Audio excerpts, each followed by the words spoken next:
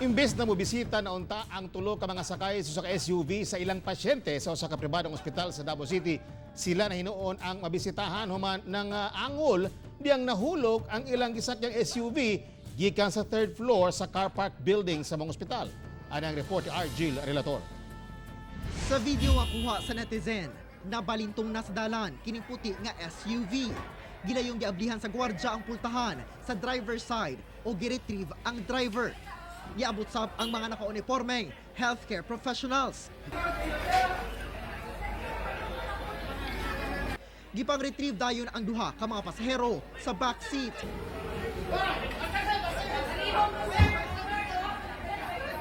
Gipangsakay sa stretcher ang mga pasyente o gidala sulod sa ospital. Ang maong SUV nahulog gikan sa third floor sa Steel Car Park Building sa Davao Doctors Hospital sa Davao City kaganihang buntag. Pasakan na siya, nagkamas ang sakyanan. Actually, makita naman po dito ang skid mark niya. Muna ito hinungdan, wala kasaka, naatras o dito nahulog ang sakyanan. Samaran ang mismong driver nga si Dato luminog ko sa Indelanggalin, kinsa ginatambalan pa.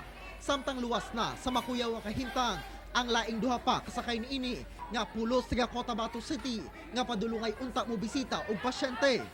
Kinina ay kaduhang higayon nga dunay nahulog nga sakyanan sa maong car park building. Ako si Argil Relator para sa One Mindanao.